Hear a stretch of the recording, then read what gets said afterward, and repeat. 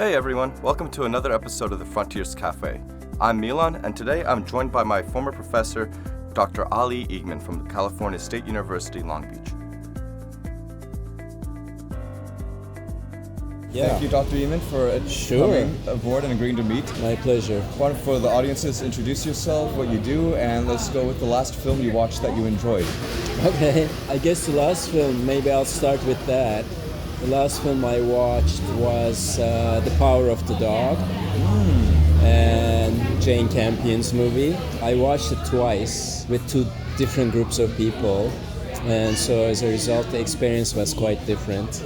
So we'll see. I guess it's up for many awards. No matter what you think about awards, I think this might be worth it to see it. I was going to ask, who was the first group? First was with family, my mom and my brother, and then the second group was a bunch of friends. My 88-year-old mom said she's a fan of movies. She said it was just too dark, both the camera work and the story. But she thought she's a fan of Cumberbatch. And the second group, they thought it was a mystery. So it's interesting. I mean, it is a mystery at the end, but I got what's going on more the second time around because it's so subtle. Have you seen it? I have not actually. This is one I need to see. Okay. I remember my mother was watching it, and I caught her in the beginning walking through the living room, and I'm like, "Oh, what's this?" And she's like, "The Power of the Dog." And I'm like, "How is it?" And she's like, "Over melodramatic Oscar bait." Yeah. And then I'm like, "Okay." And then I come back later, and I'm like, "How'd it go?" And she's like, "It was really, really good." Yeah. So it's fun seeing that, like, right. It does kind of have that image of showing we're going to be considered seriously in a critical sense. Yeah. But also just being able to really convey a strong story. And I'm a fan of Cumberbatch. I'm also a fan of westerns. I don't know how I haven't seen. Oh no, I know I haven't seen how I haven't seen it. I have a thesis I'm working on, but it's like a 2.5 hour movie or something.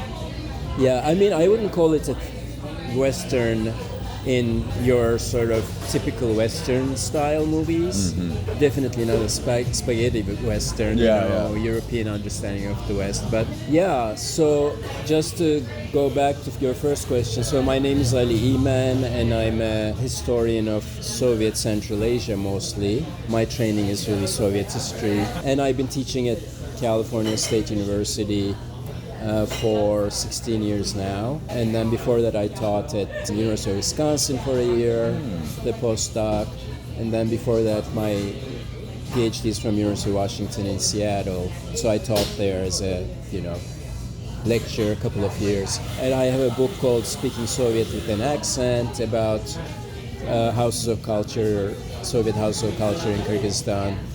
I have a second book which is an edited volume on gender in Soviet period and post-Soviet period and performance. And then now I'm working on a book on Turkey, actually, coming out of my own comfort zone and kind of going home, but I'm not really trained as a Turkish historian, so I'm kind of a wing it. So at this point it doesn't even have to be an academic book.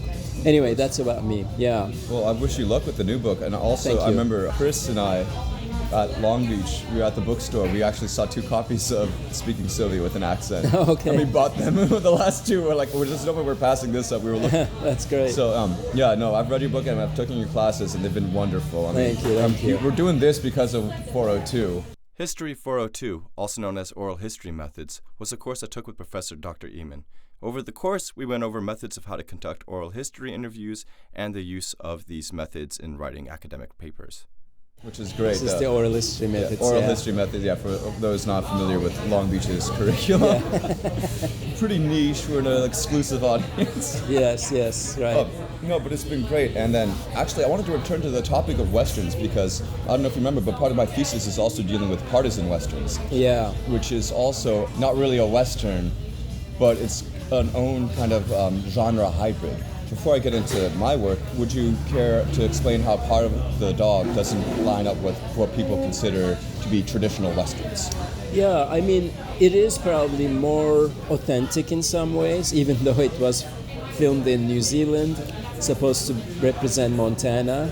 In fact, I guess that actor, what's his name, Sam Elliott, was very critical of it, Really? saying, a bunch of men with their shirts off, and, he's probably bothered by there's a subtext, which I shouldn't give it away, and coming from a really macho point of view. And Jane Campion said, "Oh, I love Sam Elliott, it's fine if he thinks that way," or something like that.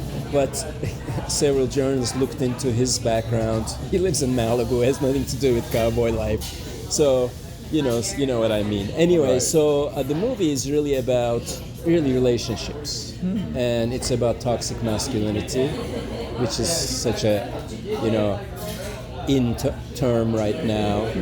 And it's almost a play more than a film, because there are 5-6 characters who are constantly in a certain relationship and explores that. So regarding its being a Western, it's just the environment, what they do, how they go about their day. So you get a sense of how a ranch works. Right, just life on the ranch, or Right. life, I'm trying to figure out. And that's interesting that it's more of a play than a film, because I immediately thought of The Tragedy of Macbeth with Denzel Washington. Right. I haven't seen it yet. Yeah. They do speak Shakespearean English, Yeah. and I would not recommend going into this with a theater with a cocktail in hand, because Yeah. it's going to be a little harder to follow Right. all of the these and thous. But it's great, and much more about the relationships. That's Yeah. the plot. Whereas they kind of have in the background, like Tragedy of Macbeth is him coming to terms with coming to power and trying to maintain power and morality at that sense. But Right. the whole arc of the king is in the background, and I'm wondering if this is something similar in Power of the Dog, where the relationships are really what grab the audiences. Yeah, I think, you focus on the relationships because that's, I think, Jane Campion's intention. It's hard to like any of the characters. It's not true. There's one character who's really likable. And it's not sentimental, just the opposite of sentimental. So I think if you are paying attention and not just watching the movie for an entertainment, you'll get into the, main purpose of Jane Campion here. Some people thought, other friends watched it and they thought the soundtrack was overwhelming. I love the soundtrack, but they were saying, what a soundtrack, it's just almost so literal that it takes you from, it tells you, oh, now this is coming and now that's coming, which I thought didn't bother me at all. So I thought the soundtrack was another character in the movie. Oh, that's great. So Was it an original score too? yes, it's an original score. You can look up I can't remember it's also nominated for an Oscar. So it's pretty amazing. I mean, I did see another film on Mubi. It was a Japanese film about Second World War. I'll look it up for you and tell you. It's a recent film. It's called Wife of a Spy. Of a spy. Wife of a Spy. And it's 2020. Oh, okay, so new. So it's good. It's an interesting film. I mean, it's really even applies to what we are going through with Ukraine right now. I think, in terms of recent films, I think those are that come to mind. We talked about Mubi, I think. So Mubi is really good for, not just watching what is popular or what is most recent, but pay attention to the curation. You can find things that might be interesting to you. I've actually found some films for my thesis on that one. Great. Because to go back to the theme, and partisan films, for those unfamiliar, are a genre of Yugoslav war films that were engaged in creating a memory of the partisan World War II fighters, the communist Yugoslav fighters, as a brotherly entity, and also sometimes they included women. Films like Slavica. Yeah. But they were very much engaged in showing the Balkans as kind of this political and ideological frontier Yeah. in which these peoples in between at World War II would be Soviet, Western, and to a smaller extent Turkish cultures and their attempts to solidify into one multi-ethnic, multinationalist identity. Okay. And fun films, but they were very, actually no, some of them are brutal, but they start kind of more serious because of Soviet realism. Then later they kind of started interpreting different angles. There's actually an interesting one. One of the first black actors in Eastern European cinema was in a Slovenian production. Really? Yeah, I forgot the title of it, but it's about, he's an American fighter pilot that gets shot down over Slovenia. 2 kids find him, and it's about those 3 trying to go across, get him to safe territory, and the kids to safe territory. Oh, wow. So, okay. yeah. When I was in college, I think I saw this film. It was from former Yugoslavia, and it was sort of helped me with sexual awakening, I think.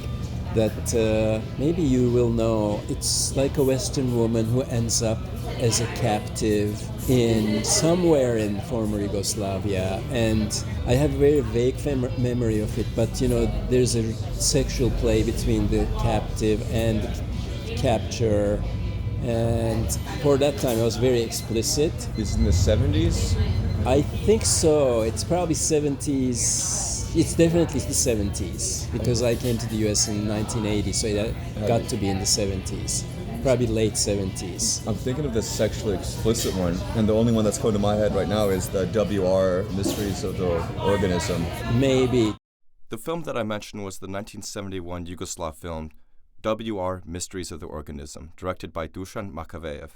I remember this man captures this Western woman somehow, a blonde woman, and sort of there are certain stereotypes, right? The Slavic man is this tall, muscular, distant guy, and the Western woman is this blonde woman, and it's almost like what they call, what is it, Stockholm syndrome? Yeah. I don't know if it may be unfair, but I kept thinking it was the Diane Kruger, but I looked her up and I don't see a film that she was in. So it was, the actress was not Yugoslavian. Not Yugoslav.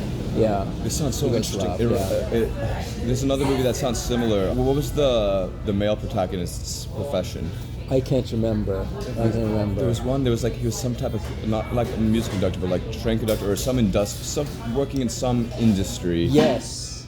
Yeah, I think so. And the dark scenes take place in an attic. Yes. And I know the film now. I just forget the title. Okay. I did include this in, I think, my study of. It's a black wave film. Yes. Yes. And for viewers unfamiliar with that term, it's like I'm giving a lecture for my thesis almost, but it's similar to the French New Wave or Italian neo-realism, these experimental films that came out in the 60s and 70s in Yugoslavia that saw a more critical look at Yugoslav culture and identity. Yeah. And they dealt with, as we're talking now, darker themes. Stockholm Syndrome isn't something we take lightly. Right. Yeah. But yes, I remember, and at the end, I think they end up parting ways for some reason. Yeah, I only remember certain, scenes. That's why I said sexual awakening, because I was quite shocked as a young man how explicit it was. Sounds right for Yugoslav cinema. Yeah, and also kind of very honest in terms of, you can be threatened by someone, but you can also be attracted to them type of thing. Interesting. So, it was an interesting take on it. But, in terms of favorite movies, I saw A Hero, Asghar Farhadi's, Iranian director Asghar Farhadi's. Recently. I think it's powerful, but it's one of my favorite films of all time is, his A Separation. Mm-hmm. I don't see movies more than once, usually, and I saw that one 3 times. Wow. Because I was so taken by it. I think he's one of the best around. He did make some that's in between when he wanted to be, he wanted to introduce Western actors and actresses and things like that. So could you go into a hero a bit and why A it grabbed hero you? is about, this man who just comes out of prison. It's in Iran, obviously, and current Iran, and he tries, something happens, it sort of marks him either as a hero or a loser, and it's all about how he deals with this small fortune he comes across, and what he does with that. He's out of prison temporarily, Right. because he's in prison for owing someone money, losing this money that he owes, and so he's on furlough basically. But he has to go back, and that it's very short. It just happens in 2-3 days, and Oh wow. it's all about, again, like Farhadi's other movies, how it's about people Right. dealing with each other, and so. There's no damsel in distress or incoming nuclear attack by some shadow organization. No, it's all about how families, friends, and community members deal with each other and understand, and it's extremely well done. And in this movie, he doesn't try to create sympathetic individuals, sort of like Jane Campion. It doesn't seem like he's interested in creating heroes. Mm-hmm. And I think that title should have a question mark at the end. A hero? Same with the A Separation, you've seen it, right? Or It's been a long time. Yeah, it's been a long time, I'm sure, yeah. And there, you can't, you're like, am I sympathizing with the wife or the husband, or nobody? Or nobody, and that's really, I think, really well done. It is hard to do that, especially with like today's context. I was talking to some other filmmakers and writers that were on the podcast so far, and there is all right now, especially the post-COVID context, there's a drive to make sure that all of these films return economic investments. Sure, yeah. And that means making likable characters or having things that will get viewers to come back and see it again or tell others.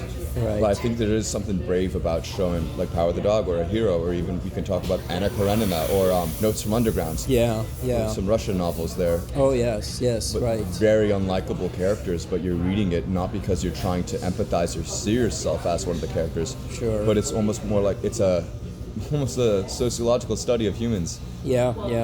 I mean, talking about other cinemas, like, the Turkish film, I don't know if you've seen it, Once Upon a Time in Anatolia. No, but I know a lot of films that are coming with those names based off of, what's his name? The director, Italian director. Yeah, Once Upon a Time in America, right? And there's also Once Upon a Time in Shanghai now that they came out. Right. No, in Hong Kong, I apologize. Right. So that's another film I'm a fan of, and but also I don't know if you've seen the Russian film, The Leviathan. No, I that's one that slipped past my radar. Yeah, Leviathan or The Leviathan. I can't remember the full title, but also a remarkable film. And With similar themes. oh, not at all. It's just the approach to filmmaking, maybe. In terms of, again, people dealing with each other.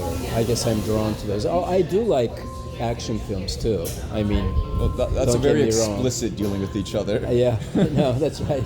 I mean, like Jurassic Park, number Classic. one, of course, but the others are just formulas. But you get something out of these action movies that if they're well made. Of course, and I always appreciate seeing films that you could tell the people besides the director and the actors were enjoying, like the coordinators, the grip of the. You mentioned action films I enjoyed. I just immediately think of like John Wick, because that one's just. I haven't seen it. I'd love to see it. Yeah. It's so simple. Yeah. And honest. It's Keanu Reeves, right? Yeah, Keanu Reeves. Yeah.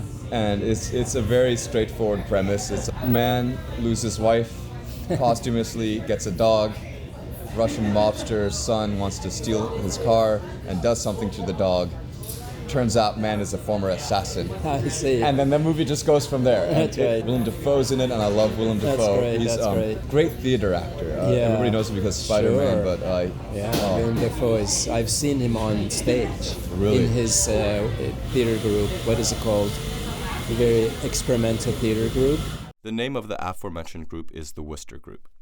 I forget that it's really well known. In terms of action also, I don't know if you've seen Killing Eve, the BBC series. Oh, no, I have not, but Killing Eve. We're getting good recommendations for Killing Eve I've only seen the first 2 seasons, and I haven't seen the third, but it's pretty remarkable. Who stars in that? Now I'm blanking with all these names. Oh, it's all okay. Yeah, I think she's one of the best comedians around. Amazing timing. Sandra Oh. Oh, Sandra Oh. Oh, yeah. Sandra Oh, Oh. yeah. And there's an English actress, I think her name is Jodie Comer, Comer. At this point, we transition in our conversation towards discussing gender in film.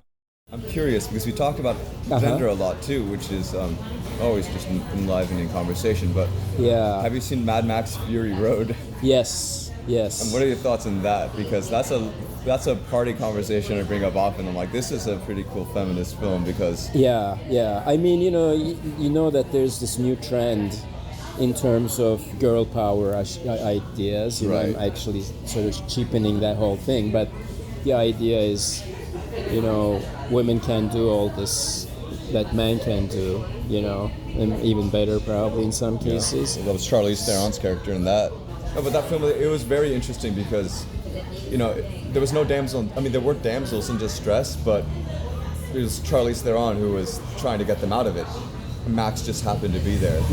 And it's not, we need a man to do everything movie. Rather, it was much more of almost a commentary about how first humans can use each other, help each other, and second, it's a great critique of these dystopian monopolies of industries, whether that be with weapons manufacturing or natural resources like water, or there was the gluttony, food, and oil baron, right? He was a big grotesque figure. Right. Well, also I think it's about how the film industry always resisted either female leads for a long time unless they were sort of a certain stereotype, or non-white actors. And it's been proven, in the last, I would say, maybe 5 years or, not more than 5 years, that, these movies still bring money.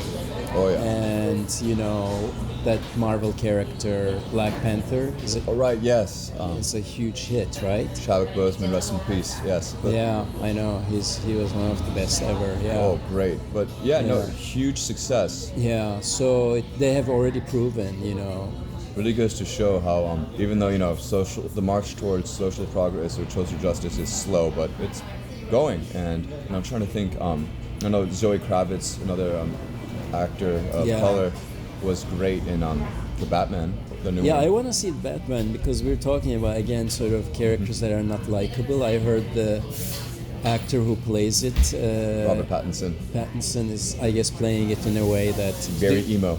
Did you like it? Do you recommend it? I enjoyed the film. I mean, I'm a Batman comic fan, but I'm so immersed with these mediums. Yeah. I thought it was a great film. I mean, I still think that The Dark Knight is a great crime film that just happens to have Batman. I see. Yeah. But the Batman was a good film. Dark Knight is the one with Joker. And the Heath Ledger.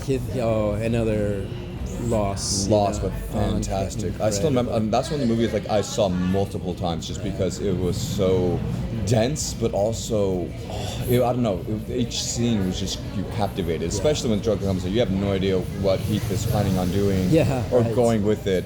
Well, in Brokeback Mountain, I think he just made the movie. I mean, not to dismiss Gyllenhaal, but Heath Ledger ran away with it. Incredible. And Jake Gyllenhaal is a great actor as well. I mean, have you seen Nightcrawler? No, that's another one I want to see, yeah. A very good, not likable character at all. Yeah. Very neurotic, very, what we're talking about, the individualism of society, he's the embodiment of it. I'm going to use anybody I can to get the position I want. I will lie, I will steal, whatever, exactly. Yeah. Those two siblings are not afraid of these things, right? No. Did you see Maggie Gyllenhaal's directorial debut film this year? Which was it? I remember hearing about it. It's called Good Mother or something like that. Olivia Colman is in it. The film in question is 2021's The Lost Daughter. It's really well done. Well, they're You know, both. as an academic, you may find interesting because she plays this professor Oh. and talk about a non-likable character as you're describing Jake Yeah, Gyllenhaal. I mean, she's not a criminal, but you can't really like her, but you still root for her in the movie. Empathize. Well, it reminds me, because both Maggie and Jake Gyllenhaal are related to Eric Foner, who we've read. Oh, yes. They're connected with Foner, but I think two of his monographs. How are they related? I think he's either their uncle or Really? godfather or I had something no along those idea. lines. Interesting. Similar circles, which is Wow. Yeah, I remember Dr. Lur told me, another professor at Cal State Long Beach told us about that. Interesting. I had no idea. Yeah, Foner is so important in scholarship. Even though I'm not an Americanist, Neither of us are. but Right, that's right. Yeah. We know the name. Yeah. No, he's a great scholar, but no, I do like Gyllenhaal's willingness to engage with darker characters. Yeah. Not in terms of thematically, very much willing to kind of tread the line of likability and hateability. What makes going back to the Batman, very good job, very emotional. Like he's acting out, how do I put it? Like a teenager almost, and he has this whole thing, the father figure with Alfred. They did a good job with it, and there's going to be now 2 more series, I believe. Okay. And I also loved Colin Farrell in it. He plays the Penguin, and I had no idea until after the really? movie. Oh yeah, and he played like Colin Farrell. like a big, like New York, like oh, come on, like that type of personality. And I didn't know, and I'm like, oh, which New York did they pick off the street? And I'm like, oh no, there's Colin Farrell, and I'm like, are you sure? That's great. I recommend it. It's a long runtime. Yeah. But that being said, Did you see it in the theater or? I did see it in theater. How did it feel to go to a theater? Was that your first time since the? No, I've been going with my friend because he's an editor in the film industry. So one of my best friends, Robert. Okay. And we went together. We go often together, and we all masked up and all. Although now we don't really have to. Yeah, right. But it's been nice with the theaters, and it felt good again. Like there were some people chatting a bit. Like while the lights were dimming, we're like, okay, come on. But then I'm like, hey, it's kind of nice to feel this frustration again, and it'll be great. Right. No, seeing in the theater was nice, and there was also, I'm trying to think the other films that I saw recently. I really haven't since, that was the only film I saw since going back from Serbia this winter. And I'm not sure what I want to see next. There are some smaller films coming out, but nothing's really kind of grabbing my attention. Yeah, it's also these days because movie theaters are not completely in business yet. I used to live in the valley, so I was closer to many of those ArcLight theaters, and I used to be able to see some films that weren't released widely. So it was like a privilege, it would be like the weekend, and it would be only shown in, ArcLight in New York or something. Oh, so that's always nice. I did see good films, that way. I kind of missed that. I mean, we had one theater in Long Beach, the one on 4th, right? That is also good. Obviously, I love that theater. No, I was talking about the one on Pacific Highway. On the Pacific United AMC Artists or something. Marina? No, it's in the back, small theater.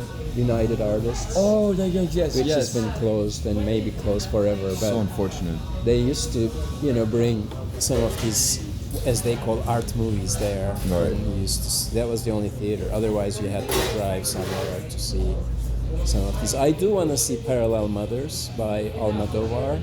Yeah, Parallel Mothers. And several friends saw it and they thought it was really well done. I mean, it's interesting to us, I think, historians, because it's about, I think, the Civil War in Spain.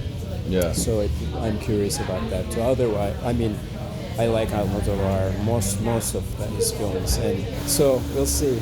Well, bringing up the Civil War in Spain reminded me of 2 things but related to one person, which was Guillermo del Toro. Yeah. With Pan's Labyrinth, which I thought was one of my favorites. Yeah. Beautiful film, brutal also. I mean, he doesn't shy away from the violence of it, but what an amazing blend of historical fiction with fantasy, yeah, and surrealism, and even towards the end, you're not even sure what's happening and what's not happening. Yeah, his new movie is curious. Nightmare Alley. I saw it. Oh, you did? Yeah. What did you think? I thought it was good. Yeah. It was a fun noir, and also I'm biased. I love Art Deco. Yeah, and they had a right. lot of Art Deco. Sure, that period, right? Yes. I thought it was a solid movie, honestly. Okay. I think it's a couple of reviewers said, it doesn't know where it's going, or it doesn't gel, or doesn't come together, or something like that. But I may be quoting them wrong. Yeah. But, it definitely kind of has that meandering in the beginning. Yeah. I think that's where they're kind of turned off. Right. But then later it starts picking up. But it's adapted from a book. Yeah. So it kind of does read. I don't want to say read like a book, but it viewed like a book. I enjoyed it, but I could also. It's not one of Del Toro's best. Like Kronos was amazing. Yeah, I haven't seen it. I think it's on Netflix now. But also another reason I'm biased because one of my favorite comic illustrators, Mike Mignola, did a lot of the artwork for that film. Really? Or like after the release. But yeah, it's he's famous for Hellboy. Oh yeah, Hellboy. And Del Toro. Yeah, sure, right. I think one of my favorites this year is The Summer of Soul.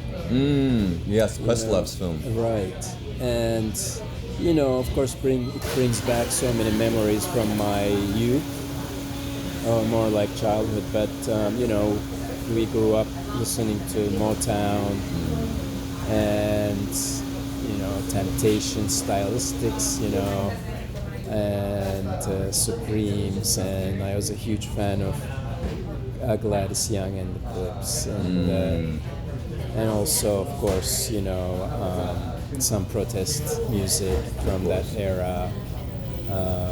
So it's such an amazing, again, for historians, it's basically a found footage. Exactly. And we didn't even know it existed, and it's so remarkable to see it. Yeah. It's also, I think, important in terms of providing platforms and voices to marginalized communities. Sure. And the fact that it's fascinating that not only that this footage was here all along, preserved, waiting, but the silence regarding it. Whereas, how many Woodstock films have we gotten? Oh yeah, of course. And Woodstock was a complete mess in terms of the planning of it. The coordinators did not do it well. Questlove, that was a great film, and also I'm a fan of Questlove. I mean, he's a phenomenal drummer. Right. And also he's a poet, and he's everything, he's such a talent. Renaissance person in today's day and age, which is nice that we're now kind of branching out from what do you do versus what can you do? Right. And just like in this case, why can't you do? What can't you do? Exactly. And Questlove is author, and he also has his podcast. He has his host on, I think, the Pandora show, which is always great. And he's just on a great, I think, representative of music because he has that love and without that judgment that often comes with those highly trained musicians. Like a lot of elitists, so to speak, that would reminds me of a bit of Frank Zappa. Not saying he was elitist, but he was definitely a very abrasive in terms of how he helped with his band members. But then Questlove is just interesting. He's a band leader as a drummer, which musically also makes sense. Yeah, and it's not that common, right? No, not that common, especially in today's day and age. But it is fantastic. But we have touched upon a lot today, Dr. İğmen, and so we got like 3 whole pages worth. Well, you're a great conversationalist, so that helps. Like right back at you, yeah. I think that's the one thing I don't have to be shy about. Like I can easily talk as long as those are willing to engage back and forth. Yeah. But I actually wanted to go back to the topic of superheroes because as a historian, for me, it's hard not to know superheroes within the context of the Übermensch, the Uberman. I mean, the fascist idea of what a peak or critical person is. I just realized Vera's like, don't get political. Sorry, Vera. But I was recently watching,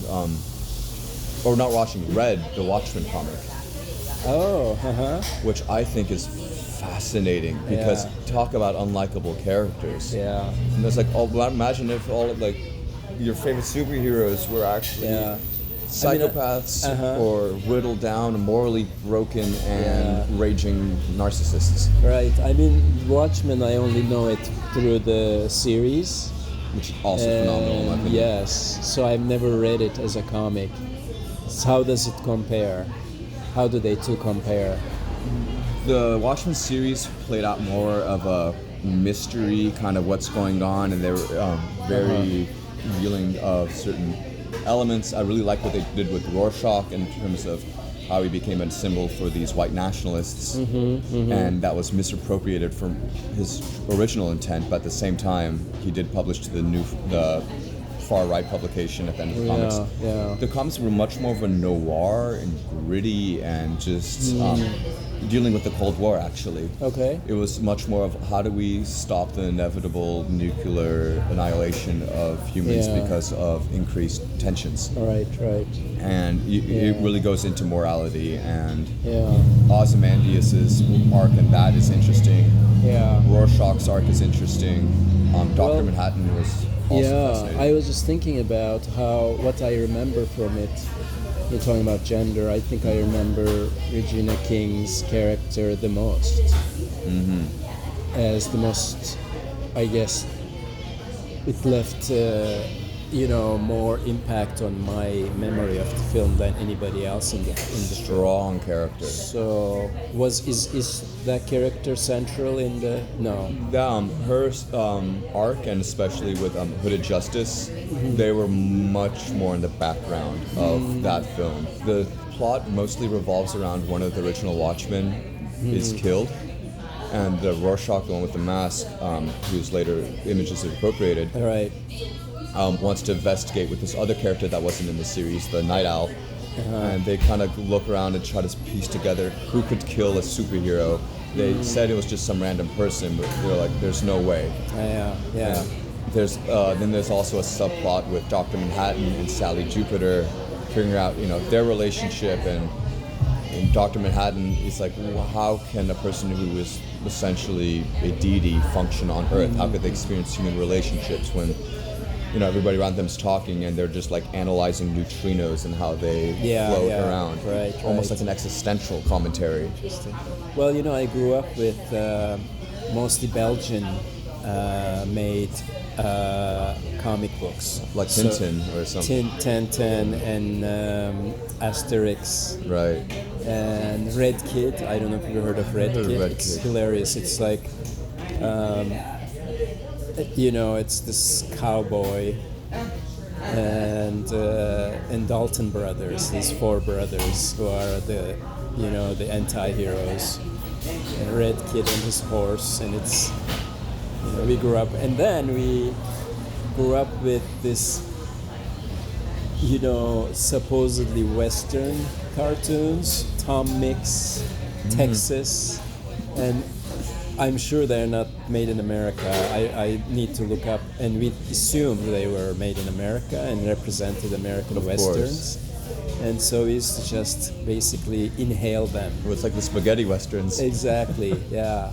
So that's our image of the America's Western culture, yeah. Which is obviously probably violent, hyper macho. Yes, very much so. And almost always about the everyday man against whatever crooked group it is or foreign group, which would ironically be indigenous tribes. Right. Although I used to always identify with the Native American characters, even though the comic book didn't necessarily, emphasize that. Anyway, it's interesting. That's kind of the fun.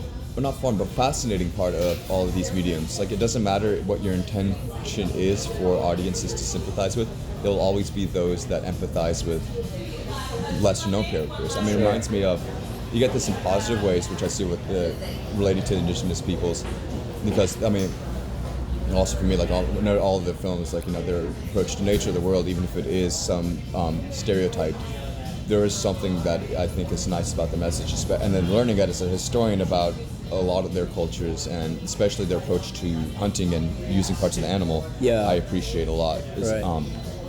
But then you also have the inverse effect, where Joaquin Phoenix's Joker is now like an icon for masculinity. Yeah, that's what I heard. Yeah. Very alarming. Sure, very. It's like, mentally disturbed and homicidal person is somebody you want to look up to. Yeah. Well, it tells you we pick our own heroes who are somehow similar to us or something. I don't know. But one thing that popped into mind, again thinking about the past, I used to love Emir Kusturica's films, and but of course there are some issues with that, the representation of the Roma.